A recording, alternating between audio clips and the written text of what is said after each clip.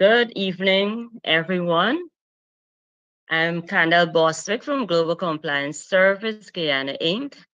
And we want to welcome all of you to our webinar, which will be dealing with process safety in the oil and gas sector. So thank you for tuning in to us. And I would encourage you to call a colleague, call a friend, tell them that we are live on our social media pages. You can get us on our Facebook, LinkedIn. So let them join us soon. We have a lot in store for you this evening. So as we wait for more persons to log on, I'll basically provide you with a little overview of Global Compliance Service Guyana Inc. For those of you who are not too This meeting is familiar being recorded. with us. So Global Compliance Service is an internationally recognized certification body, and our headquarters is in Geneva, Switzerland. So Global Compliance Service Guyana Inc. is the resident office of Global Compliance Service. So we are among the many resident officers of Global Compliance Service. And GCS has been operating for over 25 years, and we have a presence in over 36 countries globally. Now, when I say that we're internationally recognized, it means that we are an accredited certification body. And what that simply means is that certificates issued by GCS are accepted globally. And our accreditation body is the International Accreditation Service. And being an accredited certification body, it also says that we're a member of the International Accreditation Forum. So in addition to providing certification services, Global Compliance Service has also introduced its inspection services in Guyana, and that inspection company is also accredited. And we're here to provide accredited inspection services in Guyana to facilitate and to support oil and gas sector. Now, as I mentioned, Guyana is one of the resident offices of GCS. So we have offices in Canada, Trinidad and Tobago, United Kingdom, United States of America, and British Virgin Islands. So we're responsible for Guyana and the Surinamese market. GCS has certified over 1,700 clients globally, and we've trained over 2,000 professionals globally as well. Now, why is Global Compliance Service Guyana Inc. in Guyana? Now, our main vision is to provide that unique opportunity for local businesses to be globally competitive through the provision of internationally recognized certification, training, and inspection services. So we've basically brought the opportunity to local businesses so that they can access these internationally recognized services that were not available locally. Our vision is to facilitate accredited certification and third-party inspection services in Guyana and Suriname. So for those of you who are not aware that you can actually apply for a certification, you can actually have one-on-one meetings and discussion about ISO certification or about industrial inspection services in Guyana. GCS is providing that service to you. Now, ever since we've opened office in Guyana in February of 2020, there are many achievements that we were able to acquire. Our number one milestone, it's having at least 23 companies in Guyana utilizing our certification services, which could not have been accessed before our presence in Guyana. We've certified over 30 businesses in Guyana, and some of the best brands in Guyana have selected GCS as their certification body. From some of the largest companies like the Guyana Shore-based Inc. to some of our smaller companies like Total Property Management. We have the St. Joseph Mercy Hospital. So we've certified companies with the garbage disposal services, technology, information technology, educational services like the Art Williams and our Went Aeronautical Engineering School. We have clinics like the Dr. Shivnandan's Clinic, and many other companies would have utilized the services of GCS. We're an accredited certification body, and one of the things that we're able to provide as the only accredited certification body, it's training on ISO management system standards. So we're able to provide training opportunities for professionals so that they can have their businesses compliant to the standard. You know, when you receive training from the auditor and from the professional, you can say that we help you to ensure that your business is more compliant. We explain the requirements of the standard so you can better apply it to your organizations, especially those companies that would want to become certified or even compliant. We can be found on the CARICOM Regional Organization for Standards and Quality, their NQI database, as an accredited certification and inspection body. And in Guyana, we are members of the two largest private sector organizations, that is the Georgetown Chamber of Commerce and Industry and the Guyana Manufacturers Services Association. And these organizations would have recognized us for the value that we will bring into local businesses in Guyana. That is pretty in a nutshell what GCS is here for. And as a certification body, we want to share with our local businesses the expertise that we have on board. And we would like to ensure that our businesses can be equipped to be very successful, sustainable, and also operate safely with the advancement that is happening in Guyana. So for today's webinar, this evening's webinar, our main focus will be to define what is process safety, right? What is it all about? We want to demonstrate the difference between personnel and process safety, and also provide an overview to you on our process safety training that is scheduled for June 11 to 14. We would like persons to get on board for this training. And you know, they always say it's better to be prepared, right? We don't want to fail within our industry. So we are preparing you. And in this case, we would like to share with you some of the important facts that you need to know about process safety. So for this evening, I'll just give a brief introduction of our guests. And also, even before I introduce our guests, I'd like to welcome all of you on all of our social media platforms who have joined this very important session. We are indeed happy to have you, and we look forward to your questions and your engagements as we go through this session. So for those of you who are not familiar with me, I am Candel Bostwick, and I'm the CEO as well as the lead auditor for Guyana. So I basically represent the GCS brand as a third-party licensed auditor in Guyana.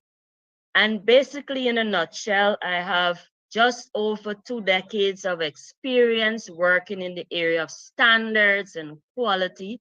And most of that experience would have been acquired during my tenure at the Guyana National Bureau of Standards, where I would have left there as the executive director. So I have a wealth of experience, and I would have been auditing, providing training, as well as consultancy on a wide range of ISO management system standards, as well as national standards in Guyana. I would like to introduce to you Mr. David Pope. He is our regional director. And for those of you who have been interacting with GCS, David is no stranger to us. He brings to us over 15 years of experience in the oil and gas industry. He's a Trinidadian, so he can really share with us the experiences of what has been happening in our sister CARICOM country and even further afield. He's also a third-party lead auditor for GCS, certified ISO trainer, certified management systems specialist and consultant, as well as an auditor of a book published, Process Safety Management. So I don't think we could have found a better host than David to conduct this session for us this evening. I know he's very passionate about health, about safety, about the type of accidents that can happen if we do not put the necessary safeguards in place within the oil and gas sector. So I have that passion for quality and standards, and David adds to that passion with safety and all that we should be able to do to ensure that our businesses operate safely. So I will now invite David to take us through the process, tell us of the importance of process safety, and feel free to ask questions. And I trust that at the end of this session, you'll be more motivated to join our process safety class because he'll just touch the tip of the iceberg. And you will have a very interactive session. So thank you again for joining us. So, Mr. Pope, it's all over to you. Thank you, Ms. Bostwick. Thank you, Ms. Bostwick. Good afternoon, everyone. Thanks for being here. Thanks for being here once again. You know, this is a subject that is really dear and close to my heart. Most of the sessions that Ms. Bostwick and I would have indicated to the audience that my first job in the industry was a health and safety officer with a major oil and gas company refinery. So most of my experience is in process safety management. Back in those days, I was really fascinated with trying to understand the causes of accidents and trying to differentiate between process safety and between personnel safety. At that time, one of my early mentors, he always said that we learn from failures, right? As an industry, as a person, we learn from our failures. We make mistakes and we learn. I have been, I'm not sure if the word is fortunate enough to be on a lot of major fatalities, accidents, and incident investigations. And the reason why I like to do those things is to learn. Is to learn and understand what was the root cause for persons losing their lives. And so this particular topic is very dear to my heart. And this, the first question is, what is process safety? When we use the word process, in the context of process, we might talk about the process approach, but then in the oil and gas sector, they actually talk about process safety. Well, process safety is a part of the management system that focuses on the major hazards. So they're going to focus on the process hazards, not on personnel hazards. So, someone asked me, well, can I get a example of what will be considered a personal hazard versus a process hazard?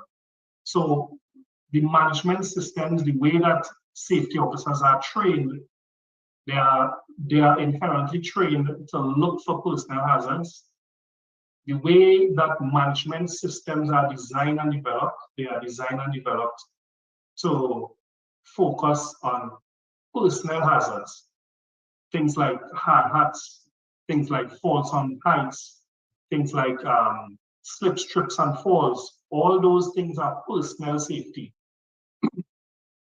However, the industry has shown us that there's something called the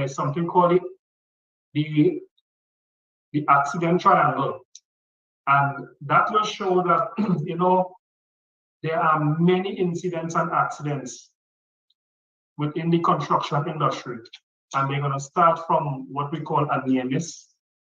Someone fall, they got a cut, they got bruised, and then they'll start from minor incidents and then major incidents. And normally we get a chance to actually put something in place. Normally we look at the trends and we get a chance to put something in place. Process safety, however, there's very little warning signs. There's very little warning signs. In a process environment, whenever there's an incident or accident, it usually leads to a highly catastrophic event. This course is a 4-day intensive course, and the persons involved is gonna develop the expertise to support an organization within the oil and gas sector, right? It's a highly interactive workshop, and we're gonna look at some of the major incidents and accidents that occurred in the world. We're gonna look at the Macondo blowout that occurred in 2010, which killed 11 persons, and that to date has been the largest oil spill in the US history, and it has been classified as the worst environmental accident to date. We're going to look at the explosion at the Washington refinery that also occurred in 2010, killing 7 persons, and it's the largest loss of life in a US refinery. We're going to look at the BP Texas City explosion that occurred in 2005, and we will also look at the Bhopal incident that occurred in 1984. I want to discuss a bit, and I want to also ask the participants to ask questions. If you don't want to ask questions, you can type a question in the chat and we'll address it. What is the difference between process safety and personal safety? Now, process safety follows the same exact safety pyramid where a system is being developed, whether it be a manual, whether it be policies, procedures, and they have something called near misses. And we usually use these near misses to develop trends, right? And when we develop trends, we would say, okay, from this near miss, it's going to lead to one day a minor incident, a serious incident. So on the left of the screen there, you're going to see personnel safety. And personnel safety gives us a chance, or there's some warning signs that could give us a chance to actually prevent fatality. Let's look at the right side of the quadrant here, and we would see that from a personnel safety, the near miss and the minor incident is often hidden. And it's hidden because in the oil and gas sector, we deal with high pressures, we deal with high dangers, we deal with things that are beyond our control, right? Most of the times, 90% of the time, a process safety incident results in serious incidents, or it can result in fatality. So that's the big difference between process safety and personnel safety. And this program is going to identify some of the things that we will look for when we're looking for process safety, when we're conducting our inspections. How do we do a process safety inspection? When we conducting internal audits, when we're developing a management system, how do we focus on process-related factors? When we design a management system, you know, the ISO 45001 is the most popular management system to date to control safety. But ISO 45001 does not address process-related safety. You know, they have persons that they will hire and they will say, well, we are looking for a safety officer or we're looking for a HSEQ officer. Well, there'll be time very soon where there'll be ads where they're going to look for process safety officer or they're going to look for a HSE officer with a process safety background, because the environment that they're going to put that person, they need that person to understand the fundamentals of process safety, right? Ms. Boswick, you can change that.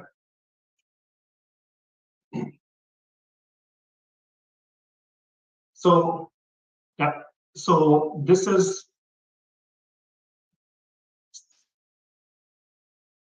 when we look at personnel safety once again focuses on health and safety of the person. Process safety looks at the safety or the integrity of the process plant, and they also look at the negative impact to the environment. This is taken from the Canadian Oil and Gas Industrial Association. Again, this is just another illustration of when someone is trained to identify personnel safety versus process safety. Ms. Boswick. Now, which types of organizations should implement a process safety management? So there are organizations now that would say that, listen, my organization, we don't do process safety. We are not out on the rigs. We don't have any refineries right now. But the environment that you're working in is a process environment.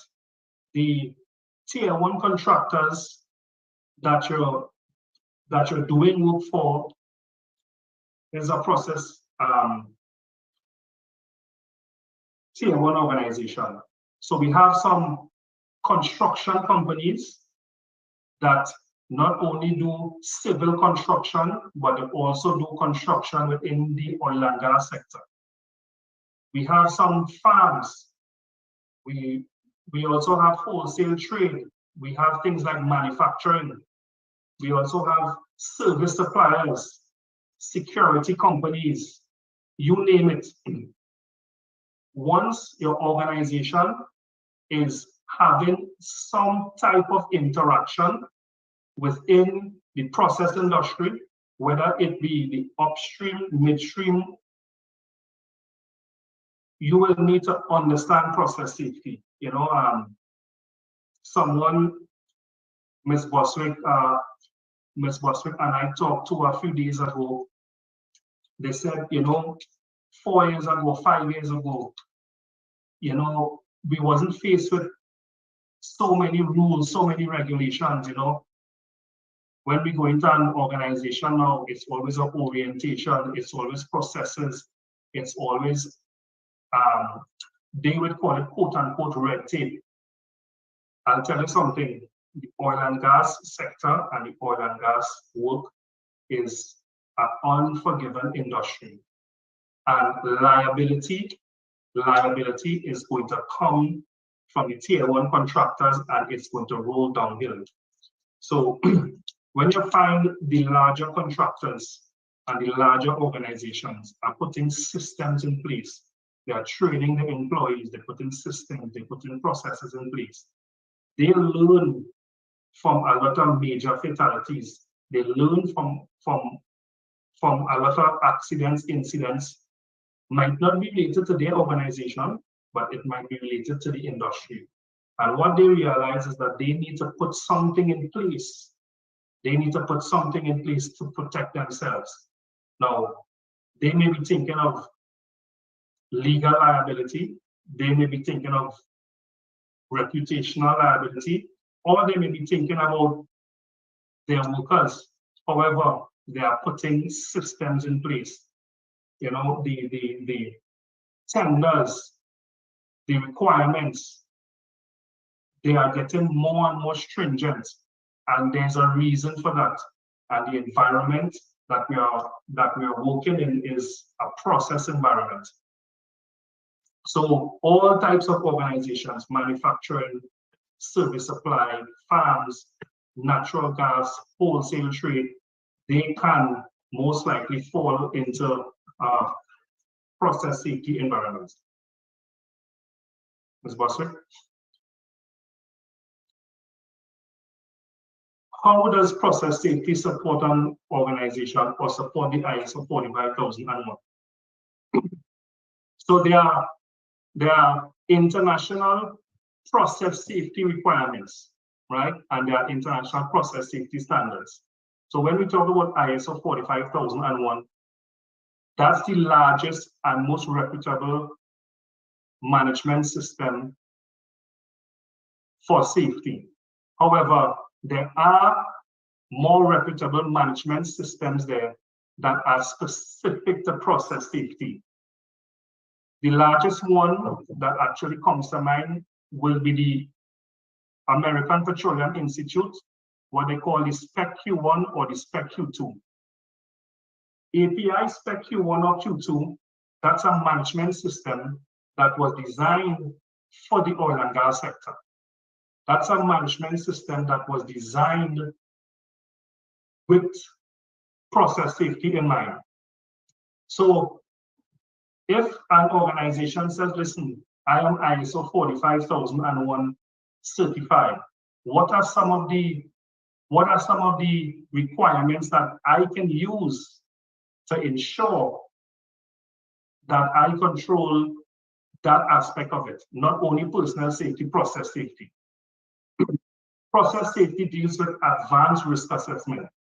When we talk about things like JSAs and we talk about things like method statements, for process safety, they deal with advanced risk assessment. You're going to hear things like PHA, process hazard analysis. You're going to hear things like safe practices, safe operating procedures, right? You're going to hear they use the word, you're going to hear they use the word control of works. And a control of works is hot work permits, risk assessments, right? Process safety focuses on mechanical integrity. When there's a process failure, there's a failure within the plant, within the equipment. So a process safety expert or a process safety officer is going to focus or have a key focus on the mechanical integrity. What can prevent this pipe from explosion? They're going to introduce something called a pre-startup review. They have a different training management system. They always use something called management of change. Management of change was introduced, I believe, the first time in 2000 and if I'm not mistaken, 2005. Management of change become a central part of process safety management. They're going to look at contractor suppliers, right? Compliance audits, and they also have trade secrets. Trade secrets is things and systems that they put in place to ensure that the plant and equipment does not result in failures. Most of the time, you'll be very lucky if there's a failure where the plant just stops and doesn't work. There are sometimes when there are failures that result in explosion, that result in fires, that result in chemical spills, right? Ms. Bostwick?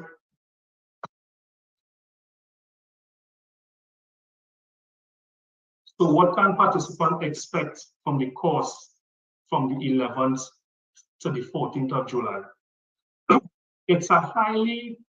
The course is a highly interactive workshop, and we're going to focus on case studies. We're going to focus on, let's look at the McCandlugh laws. Let's look at this particular incident. Let's look at the causes of this incident. We're going to focus on things like, like the BP Texas City explosion. We're going to focus on the plant integrity. We're going to discuss the emergency response requirements for the oil and gas sector, right? We're going to talk about the foundation of process safety. We're going to discuss things like a system to prevent loss of containment. We're going to talk about transport safety. We're going to talk about something called the environmental risk assessment, or something called impact and aspect assessment. And there's a specific way that they do an impact and aspect assessment for the oil and gas sector versus, let's say a construction sector.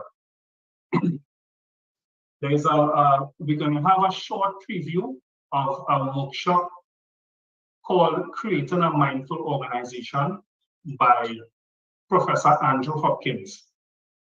Mr. Hopkins is a world authority on the subject of industrial accidents and incidents. Mr. Hopkins has been involved in leading the investigation teams on a lot of these accidents and incidents. But Mr. Hopkins' reports always try to analyze and focus on the warning signs, which is really deeply rooted in the safety culture of an organization. And he's going to look at things like what we call high reliability organizations. High reliability organizations are organizations that must operate within a high reliability state. So we're talking about the airlines. That's a high reliability organization, because the amount of times that a plane leave the ground and land the ground, there's zero room for error.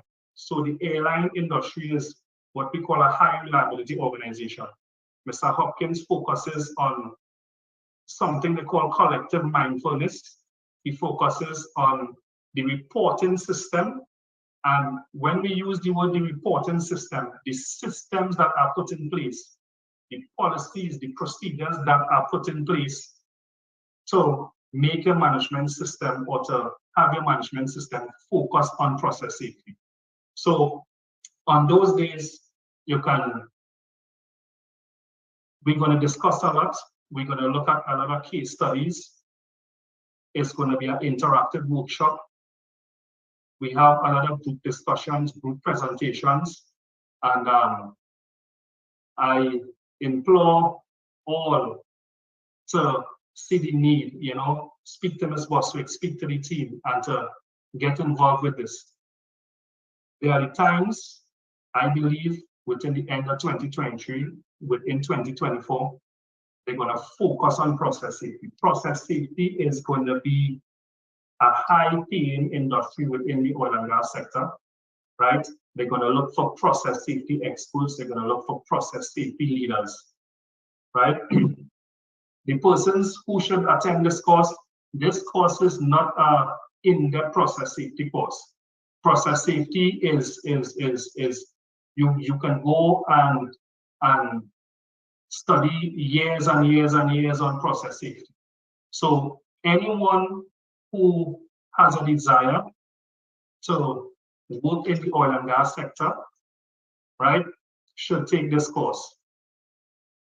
A lot of health and safety officers that are looking to enter into the oil and gas sector, plant supervisors, managers, they are the ones that should attend this course. This is a valuable course. Process safety is not process safety is not a training that you will go and you're gonna get very easily out there. This course was designed specifically for the oil and gas sector. This course is an accredited course. The course is a certified course, and the course was modified to include real scenarios, right? The course was modified to include the causes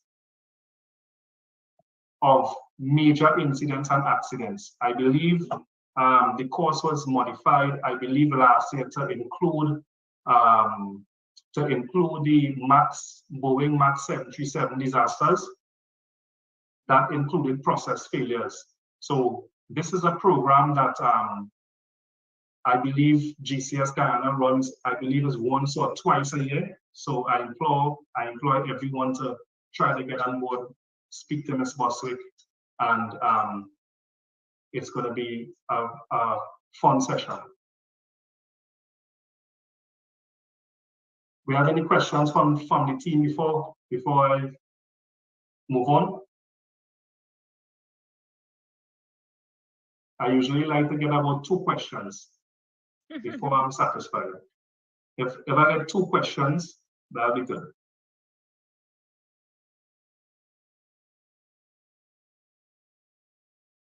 Yes, participants, so now is your time to ask some questions.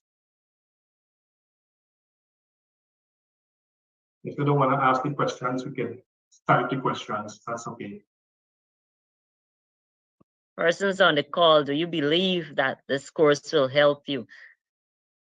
I'd like to recognize Ms. Lavonia Springer. She's one of the health and safety, I would want to say, experts in Guyana. She provides support to companies in Guyana in implementing an HSSE system. So, Ms. Springer, I don't know if you want to share some comments. Good evening, Ms. Bostwick. Thank you for volunteering me. I'm always happy to share concepts and comments and insights. I think that based on what I was just listening to, indeed, when you listen and you get an understanding, process safety is not something that could be delved into quite deeply in one session or one workshop. So I would heed the presenters' caution that it is not an in-depth training on the matter. However, it is deep enough for you to gain an understanding of process safety for your respective roles that you're going to be within each organization. So I would advise that, yes, safety officers, we have quite a few people that may be new to the role and do not understand, especially the aspect of fully investigating incidents. And this is an opportunity to take advantage of so that they can learn enough to get them started on their journeys. Okay, thank you. Anyone else wants to share?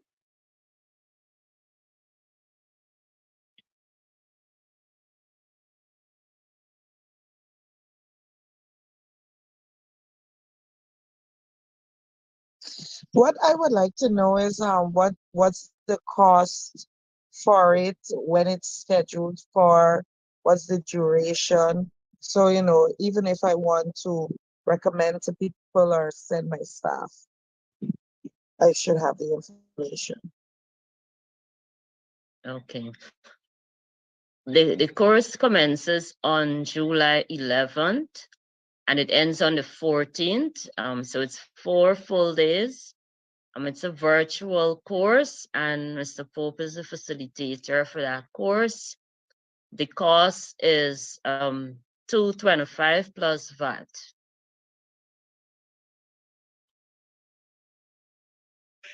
Thank you. Yes, Luponia. I think it should also indicate, I believe we have a deadline for registration. We have already started registration.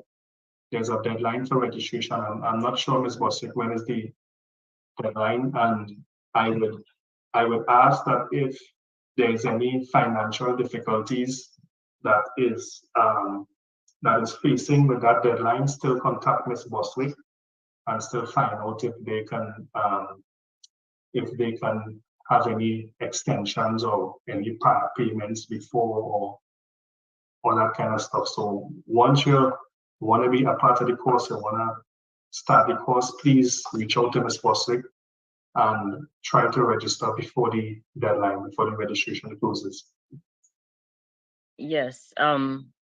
Persons who are interested should register with us as soon as possible. I'll probably let Abigail put the link in the chat so you can follow that link or you can contact us. So by the 4th of July, latest the 6th of July, we should have an indication of interest to participate. If persons would like to have a payment plan or arrangement, we normally encourage a prepayment before, and then you pay the rest of it before you receive your certificate. Right, so we'd encourage persons to at least register as soon as possible, but make your initial payment at least by the 6th of July. So that is a guarantee that you're actually interested and you're going to be on the program. If you're part of an organization and we have the commitment from your top management, probably by way of a letter, because I know with some agencies, there is a time frame for processing payment. And once we get that confirmation from your management or someone who's authorized from your finance department that you're approved to attend the course, that can also be facilitated.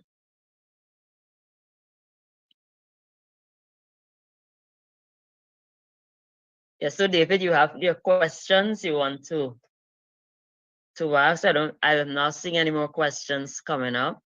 Yeah, I saw one question here where is this course available online? The course is via Zoom. Yes. Course will be done online via Zoom, yes. Yes, you can join wherever you are.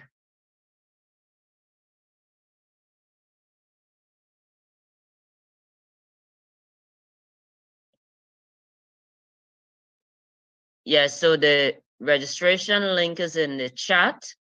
Once you click on that link and you register for the course, we'll make contact with you and speak with you directly regarding your payment options.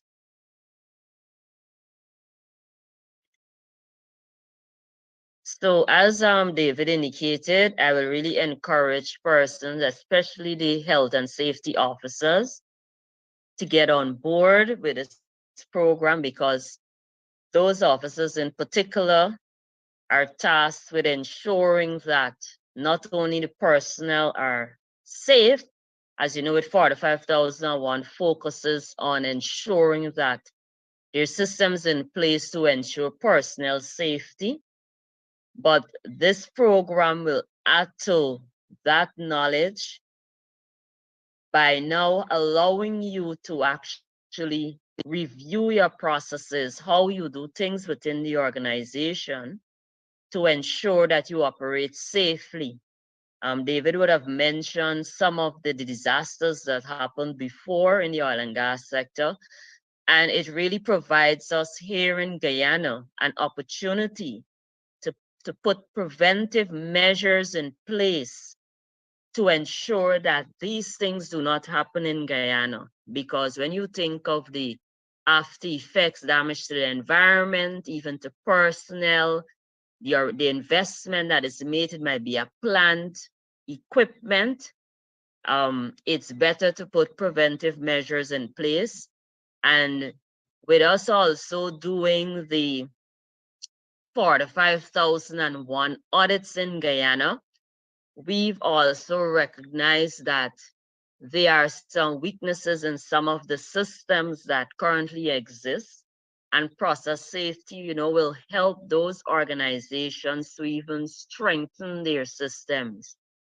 So this program will provide opportunities to sensitize those persons operating in the plants, those persons who are operating within industry where there is a possibility that there can be explosions, there can be fires, there can be leaks and spills and these kind of things. So we encourage persons to get on board and let us take action and lead the way so we don't have to go through the experiences that other countries would have experienced. Because, Guyana is a small place with a lot of resources, and, we want to do as much as we can to safeguard the resources and also to safeguard and preserve our natural resources and also our human resources, because we're already hearing human resources are very limited and we won't want to lose them to that. So David, if you have any questions, you can probably put it out now. Don't see any others coming up. No, we don't have no questions. Okay. Okay. All right, so this basically brings us to the end of this webinar. Thank you for joining us, and we certainly look forward to you either participating and also sharing with colleagues within the industry, within your sector, who you believe will benefit, because we all have a role to play where we see unsafe practices, and also to ensure that we can be the leaders by putting systems in place to not only protect ourselves, but also those around us, because safety is everybody's business and safety should be our priority.